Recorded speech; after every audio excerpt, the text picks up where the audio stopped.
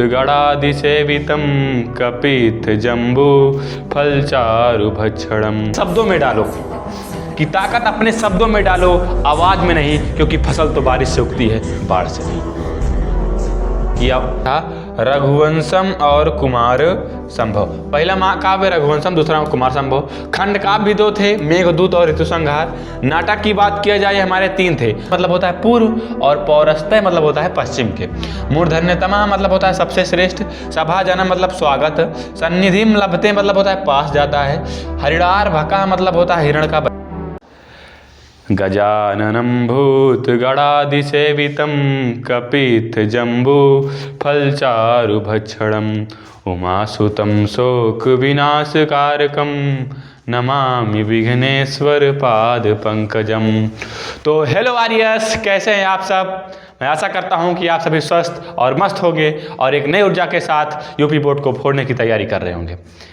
तो मैं आपका भैया आदित्य, आज मैं जिस चैप्टर की शुरुआत करने जा रहा हूँ वो चैप्टर थोड़ा सा अलग, थोड़ा सा डरावना तो नहीं कहेंगे, क्योंकि ये यूपी बोर्ड का सबसे इम्पॉर्टेंट चैप्टर माना जाता है हमारे संस्कृत सब्जेक्ट का। आज मैं संस्कृत विषय की पहला चैप्टर महाकवि कालिदास चैप्टर लेके आ चुका हूँ आप सबके सामने। तो इतने दिन से वीडियो नहीं जा रही थी, उसके कुछ कारण है। अभी भी आवाज़ सही से निकल नहीं रही, क्योंकि मुंह में चारों तरफ छाले हैं। लेकिन कहते नहीं, एक फिल्म की याद आ जाती है, दिल जले, यहाँ तो सभी दिल जले हैं। उस तरीके से हमारे मुंह में सब चारों तरफ छाले ही छाले हैं, छाले और लाले हैं। हमारे बगल में कुछ भैया भी बैठे हैं। तो मोटिवेशन के साथ शुरुआत करते हैं, जोश और नई ऊर्जा के साथ, कि ताकत अपने शब्दों में डालो, कि ताकत अपने शब्दों में डालो, आवाज में नहीं, क्योंकि फसल तो बारिश से उगती है, बाढ़ से नहीं।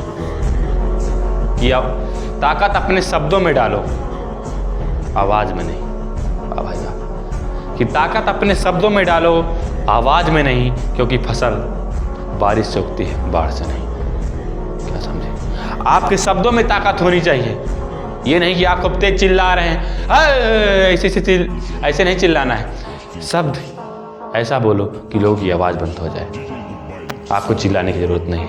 तो वाह, पीपीटी मास्टर को धन्यवाद देते हुए आगे बढ़ते हैं, चैप्टर की शुरुआत करते हैं। चैप्टर हमारा संस्कृत का है महाकवि कालिदास, या फिर कवि कुलगुरु कालिदास कह सकते हैं। चैप्टर का नाम है कवि कुलगुरु कालिदास, यूपी बोर्ड का हमारा चैप्टर है। तो चलिए शुरुआत करते हैं। सबसे पहले हम इस चैप्टर का क्या करते हैं, आपके दिमाग में पहले इस चैप्टर की हम समरी या फिर कहानी भर देते हैं कि है क्या। तो सबसे पहले इस चैप्टर में हमारे देखिए कौन है, कालिदास जी।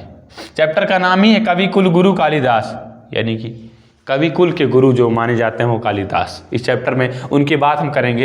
ये देखिए हमारे कालिदास जी हमारी तरह एकदम हैंडसम, बढ़िया से सुंदर नौजवान पुरुष थे जब तब की ये तस्वीर दिखाई जा रही है। हाथ में अपने कलम तो नहीं उस समय थी, कुछ अपना उससे लिखने के लिए कोशिश कर रहे हैं। तो ये इनकी तस्वीर है।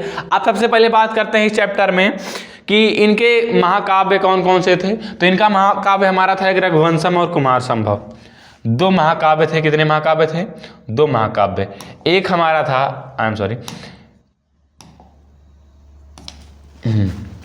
एक हमारा महाकाव्य था रघुवंशम और दूसरा था कुमार संभव। क्या था? रघुवंशम और कुमार संभव। पहला महाकाव्य रघुवंशम, दूसरा कुमार संभव। खंड काव्य भी 2 थे, मेघदूत और ऋतुसंहार। नाटक की बात किया जाए हमारे 3 थे, मालविका अग्निमित्र, विक्रमो और उर्वशीयम एवं अभिज्ञान शकुंतलम। सबसे फेवरेट नाटक इनका होता है और सबसे प्रसिद्ध अभिज्ञान शकुंतलम। कौन? अभिज्ञान शकुंतलम। तो चलिए सारांश की बात करते हैं, इसका सार आपके दिमाग में भरते हैं। तो हर बुक में दिया रहता है, हम भी लेके आए हैं। तो क्या रहेगा इसका सार कि महाकवि कालिदास संस्कृत कवियों में श्रेष्ठ हैं। देखिए आपकी किताब में आता है सारांश लिखने को कि इस चैप्टर का सारांश लिखिए। तो सारांश की बात की जाए तो हम दे देते हैं, आपके दिमाग में होना चाहिए कि महाकवि कालिदास संस्कृत कवियों में क्या हैं? श्रेष्ठ हैं। उनके जन्म स्थान तथा काल के संबंध में उनके जन्म स्थान तथा काल के संबंध में अनेक मतांतर होने पर भी अधिकांश विद्वानों का मत है कि उन्हें विक्रमादित्य के सभारत्नों में आदर प्राप्त था। कहने का मतलब उनका आज तक अभी ये नहीं पता है कि जन्म कहाँ हुआ था, कब हुआ था, किस स्थान पर हुआ था। तब भी विद्वानों का मत है कि उन्हें विक्रमादित्य के सभा रत्नों में आदर प्राप्त था। यानी माना जाता है कि वो राजा जो विक्रमादित्य थे, हमारा नाम भी आदित्य और राजा का नाम भी विक्रमादित्य, तो विक्रमादित्य के सभा रत्न थे। कहने का मतलब उनकी सभा में रत्न माने जाते थे, मणि माने जाते थे। ऐसा माना जाता है कि चंद्रगुप्त द्वितीय को विक्रमादित्य की उपाधि प्राप्त थी। आप कहते हैं कि विक्रमादित्य की उपाधि किसको प्राप्त थी, तो चंद्रगुप्त द्वितीय एक राजा थे, उनको प्राप्त थी। गुप्त साम्राज्य के राजा चंद्रगुप्त द्वितीय थे, जिनका समय ईसवी सन से पूर्व माना जाता है। यानी ईसवी से भी पूर्व किनका समय माना जाता है, चंद्रगुप्त द्वितीय का। उसी समय मतलब उन्हीं को विक्रमादित्य की उपाधि प्राप्त थी और उन्हीं के सभारत्नों में एक थे हमारे कौन, कालिदास जी। वही समय कालिदास का ठहरता है। कालिदास का जन्म स्थान उज्जैनी स्वीकार किया जाता है। कहाँ पर माना जाता है, पहली चीज़ तो बहुत से मतांतर थे कि जम्मू कश्मीर में इनका जन्म और पश्चिम बंगाल में इनका जन्म हुआ था, फिर अंत में माना जाता है कि उज्जैन में इनका जन्म हुआ था, लेकिन अभी भी क्लियर नहीं है।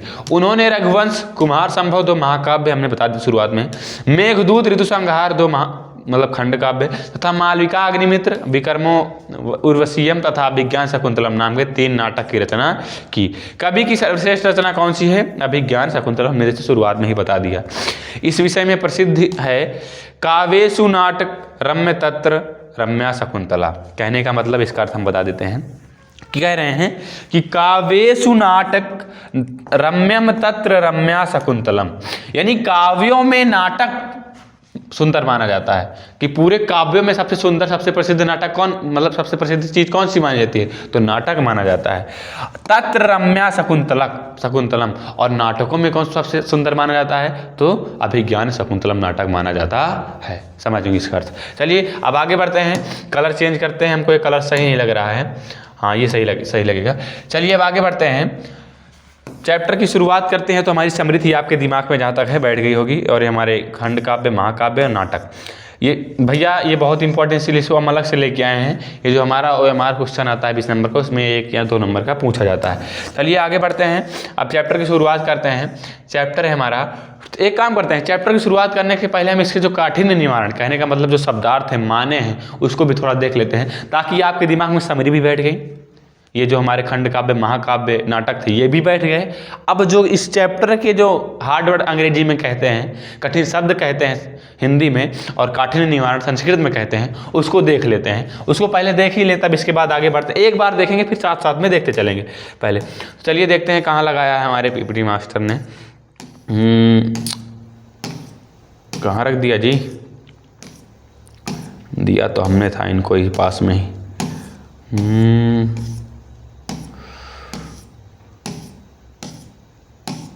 ये मिल गया। ये हमारा है काठिन्य निवारण, कहने का मतलब इसे माने कहते हैं, शब्दार्थ कहते हैं, बहुत से लोग बहुत से नामों से इसको पुकारते हैं। तो चलिए इसको देख लेते हैं।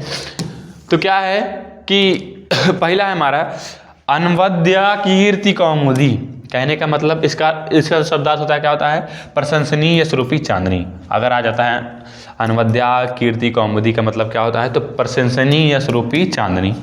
प्रसृता मतलब होता है फैली हुई। लब्धवा का मतलब होता है पाकर।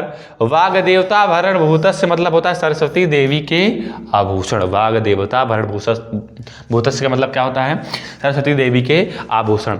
प्रथित यशः मतलब होता है प्रसिद्ध यश का। यश मतलब होता है कीर्ति, यानी नाम, कहते नहीं बहुत यश प्राप्त है उसको, बहुत नाम संपत्ति है उसके पास। नातिक्रमति मतलब होता है अतिक्रमण नहीं करता है, सिद्ध नहीं करता है। प्रस्तुवंती माने प्रस्तुत करते हैं। जनश्रुति माने लोक प्रचलित कथा। विडंबना माने कल्पना। सुतराम माने अधिक। धृतवान माने धारण किया। साधितु माने सिद्ध करने के लिए। सतिशया मतलब होता है अत्यधिक। पुष्णाति माने पुष्ट करता है। मनागपि माने थोड़ी सी भी। लब्ध प्रसरा मतलब फैली हुई। कल्पना प्रारोह मतलब कल्पना के अंकुर। प्रज्ञाया मतलब बुद्धि का। उन्मीलन मतलब होता है विकसित हुआ। सुधिया मतलब होता है विद्वान का। अनागतान मतलब होता है भविष्य में होने वाले। और सर्वती यस इन्हीं मतलब होता है सबसे बढ़कर। देखते हैं आगे और भी है, बस खत्म। चलिए देखते हैं, हाँ भी और है। सचेत साम मतलब होता है सहृदय जनों के, यानी कि जिसका हृदय बहुत अच्छा हो वो वाले लोग। अनवर्थतया मतलब होता है अर्थ के अनुसार। शकुंतय मतलब होता है पक्षियों द्वारा। ये ध्यान देना, बहुत इंपॉर्टेंट मीनिंग है। शकुंतय मतलब होता है पक्षियों द्वारा, इसीलिए शकुंतला जी थी उनका नाम शकुंतला पड़ा था, क्योंकि वो पक्षियों के देख रेख में पक्षियों के नीचे पली थी, उनका नाम क्या पड़ा था, शकुंतला। प्राच्य पौरस्तय मतलब होता है पूर्व और पश्चिम के, ध्यान देना ये भी मीनिंग इंपॉर्टेंट है। प्राच्य मतलब होता है पूर्व और पौरस्तय मतलब होता है पश्चिम के। मूर्धन्यतमः मतलब होता है सबसे श्रेष्ठ। सभाजनम मतलब स्वागत। सन्निधिम लभते मतलब होता है पास जाता है। हरिणार्भकः मतलब होता है हिरण का बच्चा। हरिणार्भकः मतलब क्या होता है? हिरण का बच्चा। अंगिरसा मतलब होता है प्रधान रस। आख्यात मतलब कहती है। वस्तु विन्यास मतलब होता है कथा वस्तु। अनवद्यम मतलब होता है अनिंदनीय। निर्वण्यम मतलब होता है देखकर। छाल्यति मतलब होता है घुलता है। प्रजाक्षेमाय मतलब जनता के कल्याण के लिए। गृहमेधिना मतलब गृहस्थी। वार्धक्य मतलब बुढ़ापे में। वार्धक्य मतलब बुढ़ापे में। सिंधुवेला मतलब समुद्र तट। अनलपा मतलब होता है बहुत सी। अनामिका मतलब होता है कनिष्ठिका के पास की अंगुली। ये कानून जो इसको बोलते हैं कानूनी, यानी कनिष्ठिका की अंगुली के पास की अंगुली क्या बोलते हैं? अनामिका। ये वाली अंगुली क्या होती है? अनामिका हमारी होती है। इसी से कहते हैं ना वो टीका उका लगाया जाता है अनामिका वाली अंगुली से। तो चलिए अब हमारा जो होता है कठिन निवारण समाप्त होता है। देखिए इसको हमने इसलिए पहले बता दिया क्योंकि अगर हम कहीं पर भी में भूल जाते हैं तो आप कमेंट में बता देंगे, या फिर कोई गलत शब्दार्थ बताते हैं तो आप उसको गलती क्षमा करेंगे और आगे हमको बताते जाएंगे और हम भी बताते जाएंगे। चलिए शुरुआत करते हैं। हमने सारांश देखा, जो इम्पोर्टेंट नाटक, खंड काव्य, महाकाव्य थे उसको देखा। इसके बाद हमने शब्दार्थ देख लिया, यानी कठिन निवारण, हार्ड वर्ड देख लिया। अब चैप्टर की शुरुआत करते हैं। चैप्टर तो शुरू हो ही चुका है।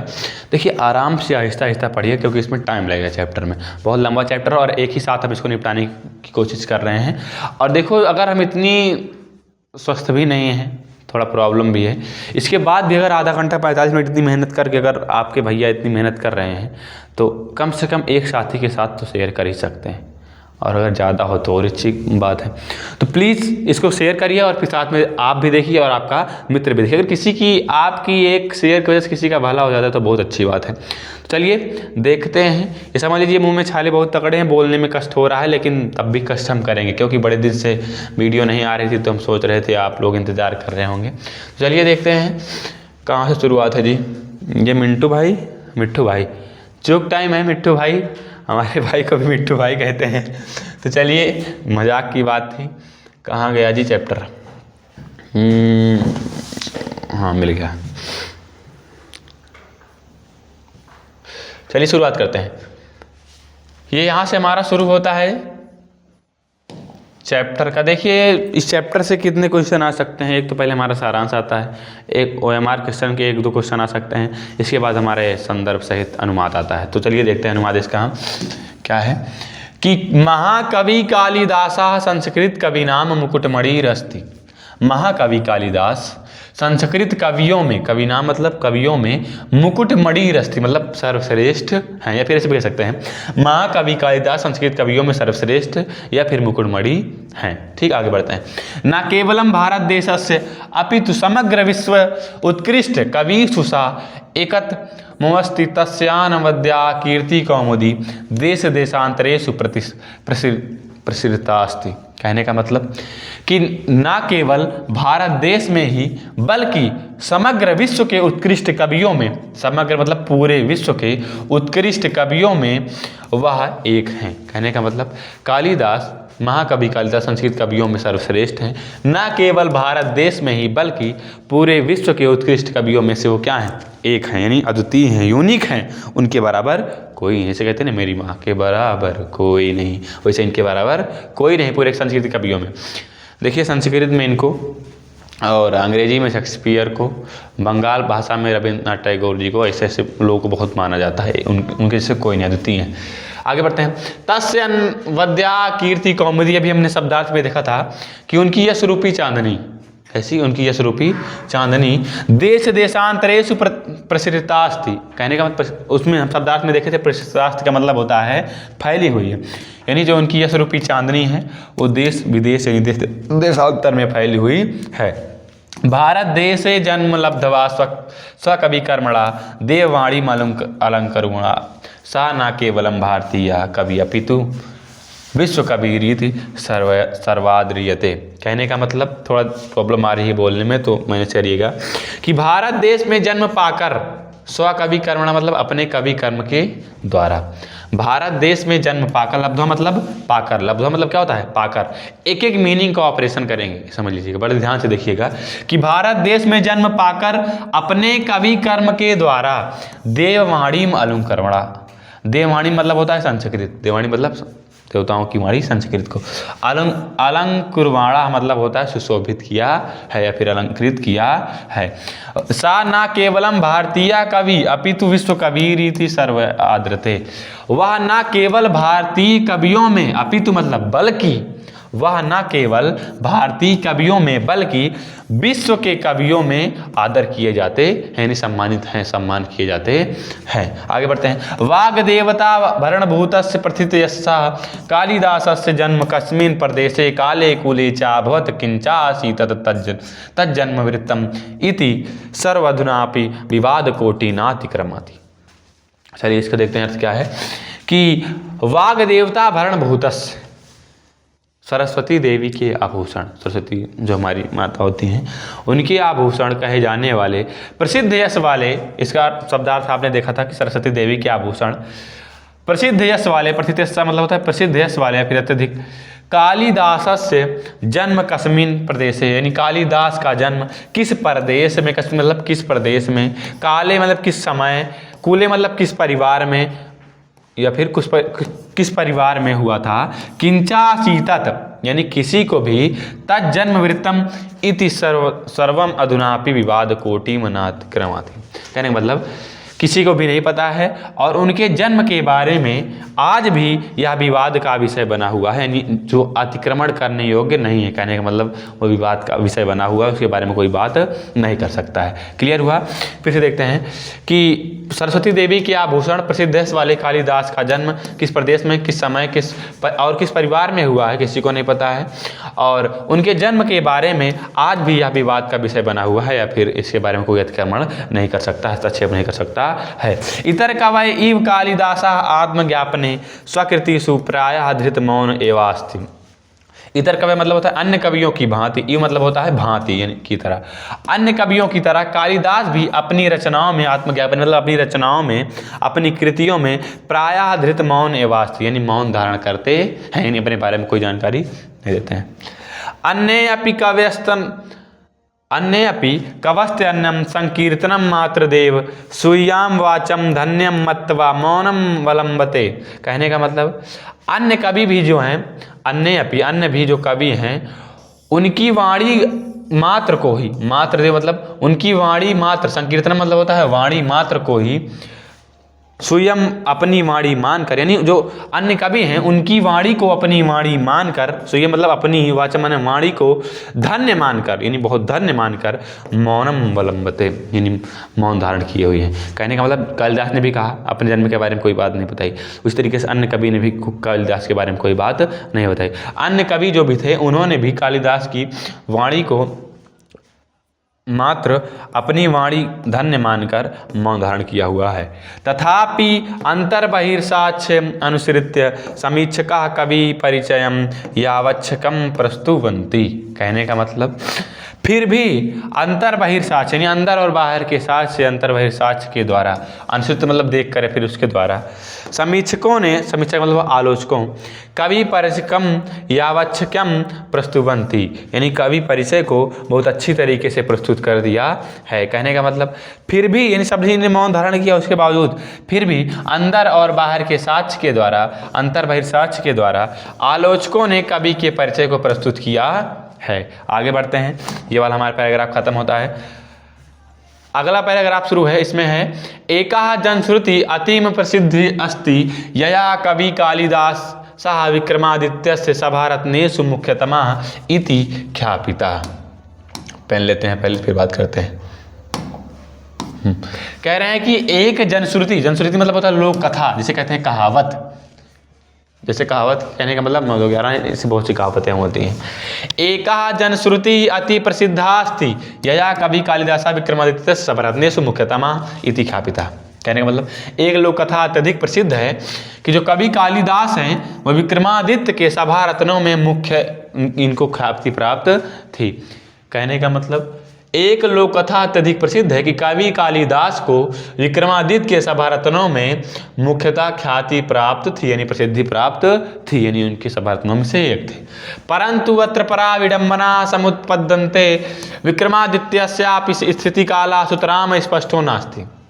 लेकिन यहाँ पर भी, अत्र मतलब यहाँ, परा मतलब पर भी, यहाँ पर भी विडंबना मतलब कल्पना, विडंबना समुत्पद्यते मतलब उत्पन्न होती है, क्योंकि विक्रमादित्य का भी जो स्थिति काल यानी समय है वो अच्छी तरीके से, सुतराम मतलब अच्छी तरीके से स्पष्ट नहीं है, इसलिए इस पर क्या होता है, विडंबना उत्पन्न होती है। केचिन मन्यते यत विक्रमादित्योपाधिधारिणो द्वितीय चंद्रगुप्त समकालिका सीतत कविरसो। कहने का मतलब कुछ लोग मानते हैं, केचिन मानते मतलब कुछ लोगों की मान्यता है, यत मतलब जो विक्रमादित्य की उपाधि धारण किए, सॉरी कहाँ पूछते, हाँ सही, कुछ लोगों की मान्यता है कि जो विक्रमादित्य की उपाधि धारण किए हुए हैं वो द्वितीय चंद्रगुप्त के समकालिक थे। कहने का मतलब जो चंद्रगुप्त द्वितीय, जो विक्रमादित्य की उपाधि धारण किए हैं वो जानते हो कौन थे, वो चंद्रगुप्त द्वितीय थे। कहने का मतलब उनका समय और विक्रमादित्य का समय एक था, इसलिए वो उन दोनों को एक ही माना जाता है, समकालिक थे। कवि रसव और उसी के समकालिक कौन थे, कालिदास थे। कालिदास से मालविका अग्निमित्र नाटक से नायको अग्निमित्रा शुंग वंशीय आसीतत। कहने का मतलब कालिदास के जो मालविका अग्निमित्र नाटक के नायक हैं अग्निमित्र, कालिदास के अग्निमित्र जो मालविका अग्निमित्र नाटक उसके नायक कौन है, अग्निमित्र, ये शुंग वंशीय थे। कौन वंश के थे, शुंग वंश के थे। सा वाह एवं माने तरह की तरह या फिर उसी तरह विक्रमादित्योपाधि धृतवानन यश सा भारत ने वेका कालिदास आसीतत। उसी तरीके से विक्रमादित्य की उपाधि धारण करने वाले इस भारत ने रत्न स्वेका कालिदास आसीतत। कहने का मतलब जिन्होंने वाह, कहने का मतलब वाह किसको कह रहे हैं, कालिदास को कह रहे हैं, जो विक्रमादित्य की उपाधि धारण किए हुए थे उनके सभारत्नों में से कालिदास थे। कहने का मतलब जो विक्रमादित्य जी थे उनके सभारत्नों में कौन थे, कालिदास थे।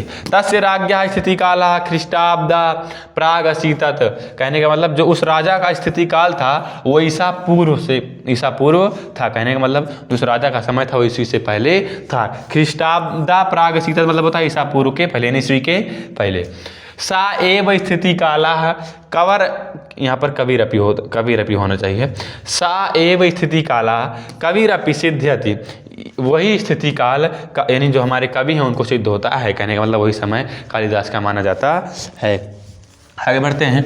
कवि कालिदास से जन्म स्थान विषयेपि नैकमत्यम अस्ति। कहने का मतलब कवि कालिदास के जन्म स्थान के बारे में एक मत स्थित नहीं है। नैकम कह रहे हैं कि नए एकम मत अस्ति। कहने का मतलब एक मत स्थित नहीं है, सब अपनी अपनी सब अलग अलग विचार प्रकट कर रहे हैं। एतावान कवेरस महिमास्ति यत सर्वे एवं तम स्वदेशीयम साधितुम तत्परा भवन्ति। कहने का मतलब एतावान कवेरस्य महिमास्ति यत सर्वे एवं त्वं स्वदेशीयम साधितुम तत्परा भवन्ति। एतावान माने इस कवि की महिमा है जो सभी त्वं स्वदेशीयम साधितुम तत्परा भवन्ति, यानी कहने का मतलब इस कवि की, एतावान माने इस कवि की ऐसी महिमा है जो सभी अपने अपने देश का इसको सिद्ध करने के लिए तत्परा मतलब लगे हुए हैं। कहने का मतलब इसकी ऐसी महिमा है कि अब सभी लोग जो है अपने अपने देश में इसको सिद्ध करने के लिए लगे हुए कि हमारे देश के ऐसे। कश्मीर वासी विद्वांसा कश्मीरोद्भवम तम मन्नते। कश्मीर में रहने वाले विद्वान उन्हें कश्मीर का मानते हैं। वंगवासीनाश्च वंग देशीयम, बंगाल के लोग इन्हें बंगाल का मानते हैं। अस्ति तावदन्योपि समीक्षक वर्ग यस्य मतेन कालिदासः उज्जैनम लब्ध जन्म सीतत। कहने का मतलब अस्ति माने है, तावादन्योपि मतलब उनमें से एक समीक्षक वर्ग यानी कुछ समीक्षक वर्ग हैं, यस्य माने जिनका मत है कि कालिदास उज्जैन में जन्म प्राप्त किए थे। उन्हीं समीक्षक वर्गों में एक समीक्षक वर्ग ऐसा भी है जो कहता क्या है, उसका मत क्या है कि कालिदास का जन्म उज्जैन में हुआ था, यानी कालिदास ने उज्जैन में जन्म प्राप्त किया था। उज्जैनी में प्रति कवे सतीश यनोनुरागा एतन मत पुष्णाति। उज्जैन के प्रति कवि का सत्य से मतलब अधिक, अनुराग मतलब प्रेम, एतन्मत मतलब इस प्रकार से पुष्णाति मतलब पुष्ट सिद्ध होता है, फिर दिखाई देता है। उज्जैन के प्रति कवि का उसके रचनाओं में प्रेम दिखाई देता है या फिर सिद्ध होता है, पुष्टि होती है। आगे बढ़ते हैं, मतलब उसकी पुष्टि होती है। अगले पैराग्राफ की बात करते हैं, हालांकि समझ में आ रहा होगा धीरे धीरे, अगर ना समझ में आ रहा होगा तब भी आप कमेंट में मेंशन करेंगे, तब हम आगे बात करेंगे। अगला हमारा पैराग्राफ है, देश काल देव कालिदास कुलस्यापि स्पष्ट परिचयो नोपलब्धते। यानी देश काल देव से, यानी पुराने समय से ही कालिदास के कुल मतलब परिवार के विषय में स्पष्ट परिचय न उपलब्धते, यानी अभी उपलब्ध नहीं है, जान मतलब कहने का मतलब पुराने समय से ही कालिदास के परिवार के बारे में स्पष्ट परिचय प्राप्त नहीं है। तस्य कृतिषु वर्णाश्रम धर्म व्यवस्थाया यथा तथ्येन प्रतिपादनेन यतद उन्मीयते यत तस्य जन्म विप्रकुल अभवत्। कहने का मतलब उनकी रचनाओं में वर्ण श्रम धर्म व्यवस्था इस प्रकार से यथा तथ्य मतलब इस प्रकार से प्रतिपादित है, मतलब लिखी गई है। फिर से देखते हैं, तत्से मतलब उनकी कृति रचनाओं में वर्ण श्रम धर्म व्यवस्था यथा तथ्य मतलब इस प्रकार से प्रतिपादित है, प्रतिपादित मतलब रचित है। तदुन्मीयते यत तस्य जन्म विप्रकुल अभवत्। कहने का मतलब इस प्रकार से जो वर्ण श्रम धर्म व्यवस्था प्रतिपादित है, इससे पता चलता है कि उनका जन्म विप्रकुल अभवत् मतलब ब्राह्मण परिवार में हुआ था। कहाँ पर हुआ था? ब्राह्मण परिवार में हुआ था। पैनिक मत होइएगा, आराम से समझिएगा। संस्कृत है, संस्कृत बहुत कम ही लोगों को समझ में आती है। संस्कृत बहुत प्यारी भाषा होती है। भारत क्या है, पूरे विश्व की सबसे पुरानी भाषा मानी जाती है और इसे देवता लोग बोला करते थे। मान लीजिए, देखिए इसकी बेइज्जती में समझिएगा, ऐसे बात कर रहे हैं कि हम मान लीजिए शंकर जी थे, पार्वती जी थे, ऐसे कहते होंगे, हे पार्वती तुम किम करोसि, तुम क्या कर रही हो?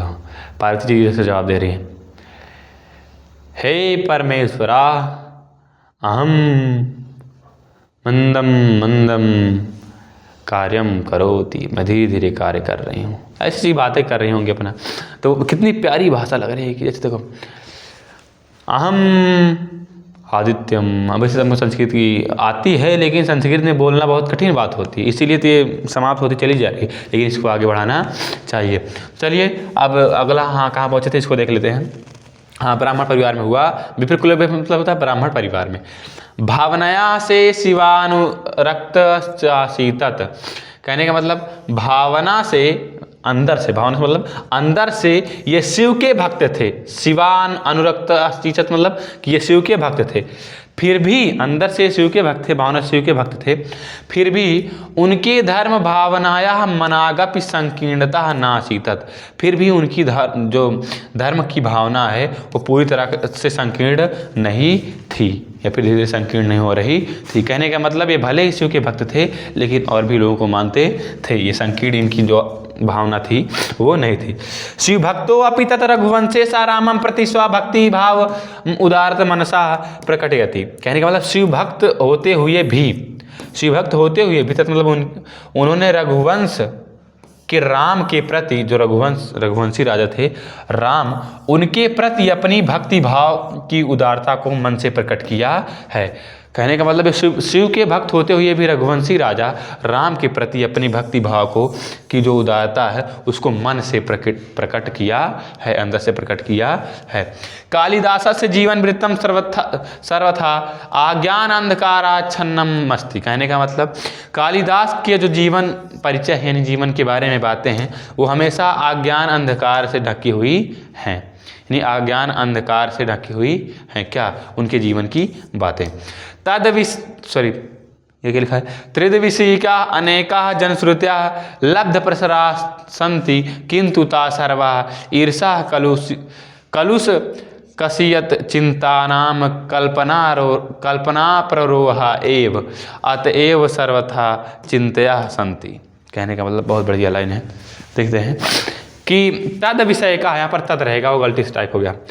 इस विषय में, यानी जो कहते हैं ना कि कालिदास का जीवन है वो अज्ञान अंधकार से ढका हुआ है, तो तद विषय, उस विषय के बारे में अनेक जनश्रुतियाँ मतलब लोक कथा लब्ध प्रसरा संति, मतलब प्रसिद्ध हैं, प्रचलित हैं। किसके बारे में? उनके जीवन के बारे में, उनके विषय मतलब इस विषय में अनेक लोक कथा या फिर जनश्रुति प्रचलित हैं। किंतु ता सर्वा ईर्षा कलुष कसायिता चित्तानाम कल्पना प्ररोह एव। लेकिन, किंतु मतलब लेकिन, ता सर्वा सभी ईर्षा से कलुषित, कहने का मतलब ईर्षा से कलुषित चित्तानाम यानी मस्तिष्क वाले या फिर दिमाग वाले, कल्पना प्ररोह एव मतलब ही, एव मतलब होता है की तरह, अतएव सर्वथा चिंताया संति। कहने का मतलब, इसकी लाइन करके देखिएगा कि उस विषय में अनेक लोक कथा प्रचलित है, किंतु सभी यानी जो सभी हैं वो ईर्षा कलुषित मस्तिष्क वाले व्यक्ति हैं। अब उनके जीवन के बारे में लोग सोच रहे हैं, ज्ञान अंधकार के बारे में सोच रहे हैं, तो ये केवल जो ईर्षित, जो उनसे ईर्षा करते हैं, ईर्षा से कलुषित व्यक्ति हैं, वो उनका मात्र कल्पना है, उनकी मात्र कल्पना है कि उनका जीवन ज्ञान अंधकार से मिटा हुआ है। फिर से देखिए कि उनके जन्म के बारे में अनेक जनश्रुतियाँ प्रचलित हैं, किंतु वह सभी उनकी जनश्रुतियाँ हैं जो ईर्षा से कलुषित व्यक्ति वाले कल्पना करते हैं, उनका कल्पना मात्र है। अतएव सर्वथा चिंतया संति, यह हमेशा से ही चिंता का विषय बना हुआ है। सर्वथा मतलब हमेशा, चिंता मतलब चिंतनीय विषय बना हुआ है। संति मतलब था भी होता है और है भी होता है। आगे बढ़ते हैं, अगला पैराग्राफ हमारा है, तो देखते हैं। कालिदासस्य नवनोम में शालिन्याम प्रज्ञाया उन्मीलनम तस्य कृतिषु नास्तीति कश्चित सुधिया परोक्षम। कहने का मतलब, थोड़ा पानी पी लेते हैं, तब तक आप भी पी लीजिए, पानी पीते पीते बात करते हैं। अब देखिए, अगर संस्कृत की बात की जाए तो आपको इसको समझने के पहले आपका इसका शब्दार्थ याद करना पड़ेगा। आप शब्दार्थ याद करेंगे पहले, देखिए हमने इसलिए वीडियो में बता दिया, आप वीडियो को रोक दीजिए, फिर कुछ भी करिए, शब्दार्थ को 2 से 3 बार उसको आप पढ़ लीजिए। हम रटने को नहीं कह रहे हैं, केवल पढ़ लीजिए, उसके बाद समझ में आ जाएगा।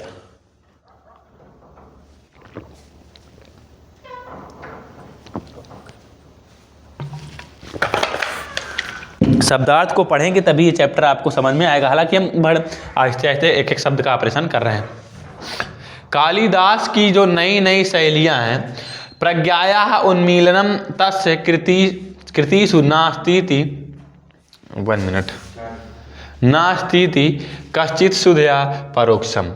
कहने का मतलब, कालिदास की नई नई शैलियाँ की जो प्रज्ञा है वो उन्मीलन होती है, उत्पन्न होती हैं उनकी रचनाओं में, ना आस्तीति कश्चित सुधया परोक्षम। यानी जो कालिदास की नई नई शैली की जो प्रज्ञा है, विचार है, वो उन्मीलन होती हैं, उत्पन्न होती हैं उनकी रचनाओं में, ना आस्तीति मतलब उनकी रचनाओं में नई नई उनकी शैलियाँ क्या होती हैं, उत्पन्न होती हैं। ना, ये ध्यान देना, ये ना स्थिति है जो इस वाली लाइन के साथ जुड़ा हुआ है, इसके साथ में जोड़िएगा। यहाँ से इसका अर्थ ये होगा कि कालिदास की नई नई शैलियों की प्रज्ञा उत्पन्न होती हैं उनकी रचनाओं में, उनकी रचनाओं में उत्पन्न होती हैं। ना स्थिति कश्चित सुधया परोक्षम, ये कहने का मतलब कस्य माने किसी की भी चित्त शुद्ध या मतलब मस्तिष्क यानी दिमाग की जो बातें हैं उसका परोक्ष यानी सामना रूप, परोक्ष रूप नहीं है। कहने का मतलब जो उनकी रचनाओं में, जो उनकी नई नई शैलियाँ उनकी रचनाओं में ही दिखाई देती हैं, या किसी के भी दिमाग की परोक्ष रूप नहीं है। आगे बढ़ते हैं। संस्कृत काव्य से विविधेषु प्रमुख प्रकारेषु स्वकौशलम प्रदर्थ क्या लिखे हैं यार, प्रदर्थ्य सा सर्वांतनीतात न आगतान कवीन तिष्ठे। देखिए संस्कृत के शब्द इतने बड़े बड़े होते हैं, हम खुद ही कंफ्यूज हो जाते हैं। और एक तो टाइपिंग मिस्टेक भी यहाँ पर कुछ हुई है, चलिए जहाँ हो रही है उसको हम बता देंगे। संस्कृत को तोड़ के पढ़ा जाता है, तो पढ़ेंगे। चलिए आगे देखते हैं कि संस्कृत के काव्यों में विविधेषु विभिन्न प्रकार के प्रमुख प्रकार में स्वकौशलम प्रदर्थ्य सा सर्वांत, देखिए इसको से पढ़िएगा, सर्वान अतीत अनागातान। कहने का मतलब अतीत अनागातान मतलब जो आने वाला है, क्या है, आने वाला है। संस्कृत के काव्य में विभिन्न प्रकार से प्रमुख रूप में अपने अपने कौशल को दिखाने के लिए इन दिखाते हैं कवीन तिशिष्ये। देखिए इसको ध्यान देखिए, इसका अर्थ थोड़ा कन्फ्यूजन वाला है, हमको खुद ही कन्फ्यूज कर देता है। क्या है कि संस्कृत काव्य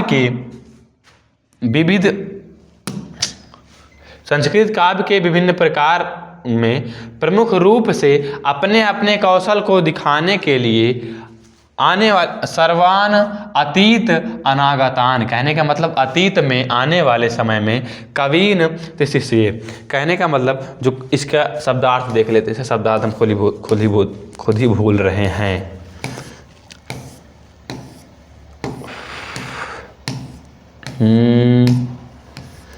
कहाँ है जी शब्दार्थ? हाँ ये था, कहाँ? अनागतान मतलब भविष्य में होने वाला, सुधिया माने विद्वान का, सर्वतिशायनी मतलब सबसे बढ़कर, उन्मिलन विकसित हुआ। ठीक, अचेत सामान्य हृदय जनों में, हाँ सही है। इसका मतलब क्या होता है? भविष्य में होने वाला, सही बताया था।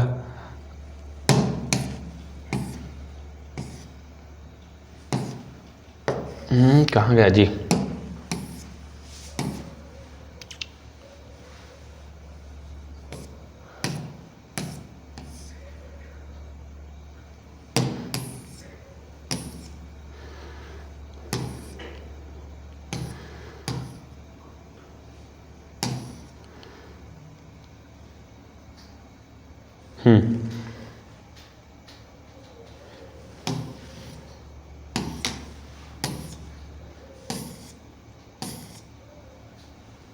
पहुँचे कहाँ थे जी हम?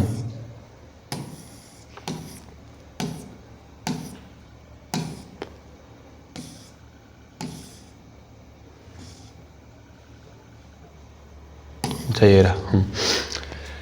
चलिए लिखते हैं कि संस्कृत काव्य के विभिन्न प्रकार के प्रमुख रूप में अपने अपने कौशल को दिखाने के लिए आने वाले समय में जो अन्य कवि हैं वो इनके बारे में आगे बात करते रहेंगे और आते रहेंगे। रघुवंश कुमार संभवंश तस्य महाकाव्यद्यम मेघदूतम ऋतुसंहारश्च खंडकाव्ये मालविकाग्निमित्र विक्रमोर्वशीयम अभिज्ञान शकुंतलश्च नाटकानि सन्ति।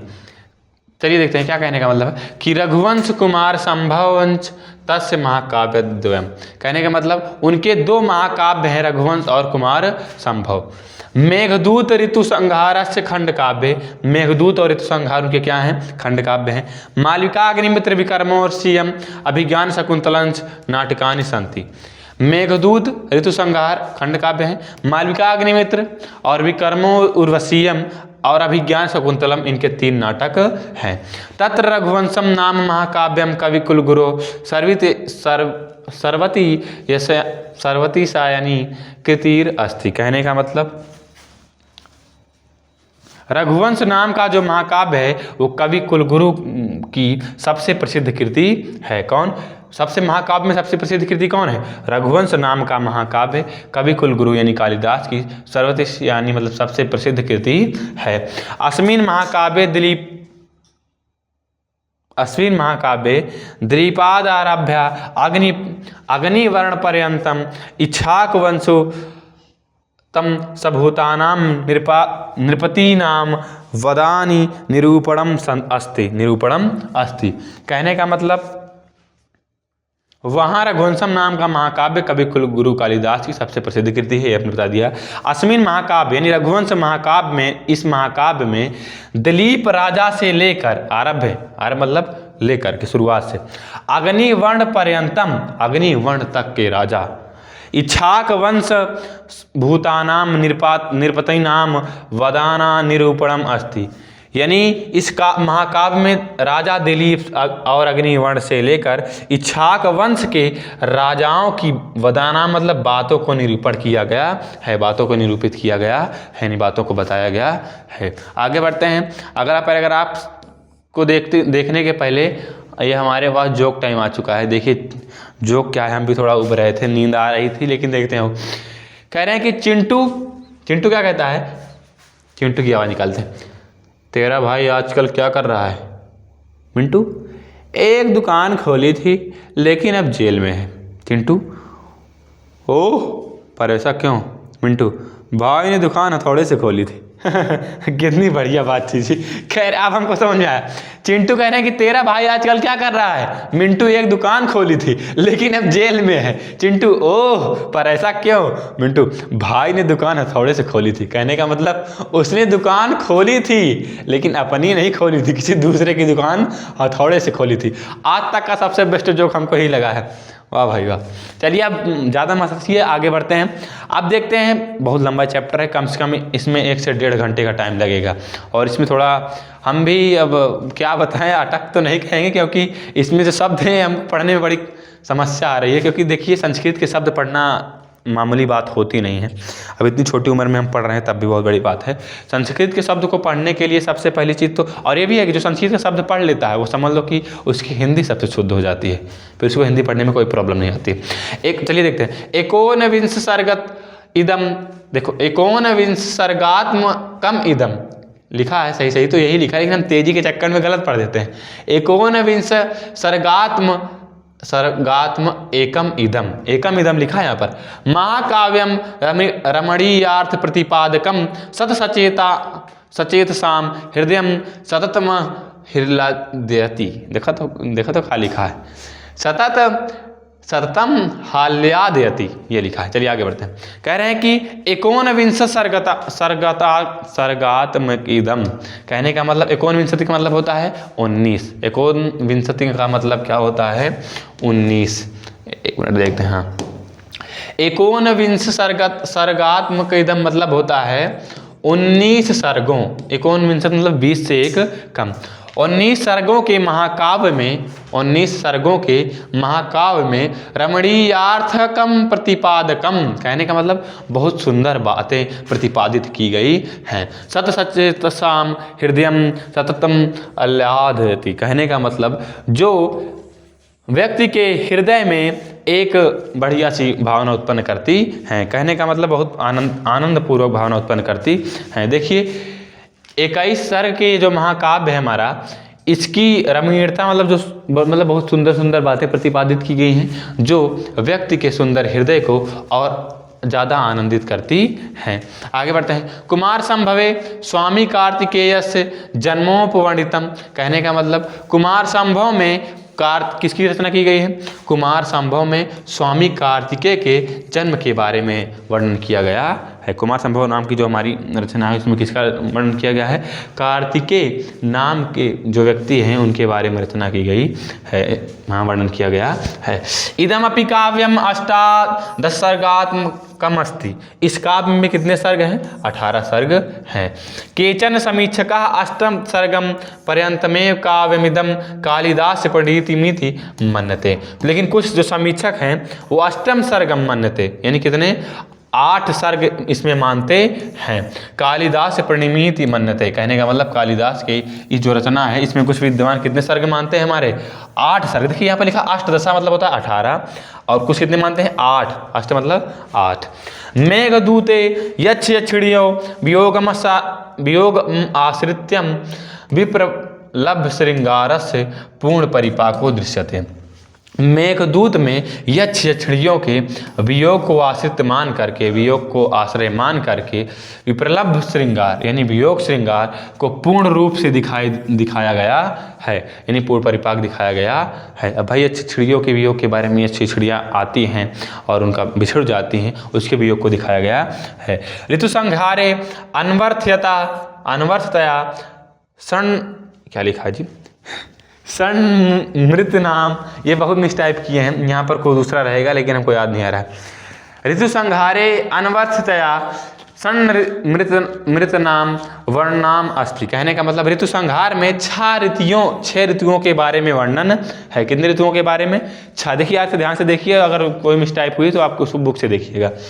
ऋतु संहार में 6 ऋतुओं के बारे में वर्णन है। हमारी 6 ऋतुएं होती हैं, उनके बारे में वर्णन किया गया है।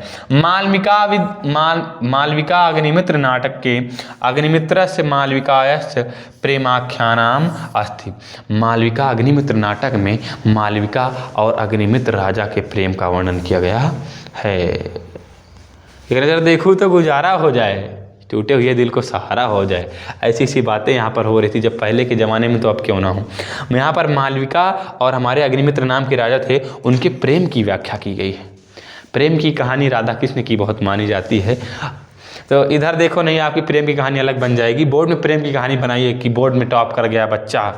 अब ये कहानी मत बनाइए कि लेके भाग गया बच्चा। कहानी बनानी है कि बोर्ड में टॉप कर गया बच्चा। तो आगे देखिए, पंचाक आत्मके विक्रमो वर्षीयम पुरुर्वसा उर्वश्च प्रेम कथा वर्णिता। कहने का मतलब पंचाक आत्म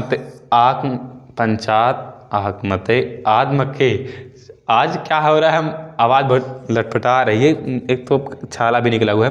क्या लिखा है देखिए, फिर से देखते हैं, सॉरी इसके लिए। पंचाक आत्मके विक्रमो वर्षीय पुरुर्वसा उर्वश्याश्च प्रेम कथा वर्णिता। कहने का मतलब ये जो 5 सर्ग की हमारी रचना है विक्रमो वर्षीयम, 5 सर्ग की रचना कौन सी है, विक्रमो वर्षीयम, इसमें पुरुर्वा और उर्वशी के प्रेम कथा के बारे में वर्णन किया गया है। हमको लगता है कालिदास जी प्रेम के बारे में वर्णन ही करते थे। इधर कर रहे हैं मालविका अग्निमित्र, इधर अक्षड़ी के वियोग का वर्णन कर रहे हैं, ये भी प्रेम था।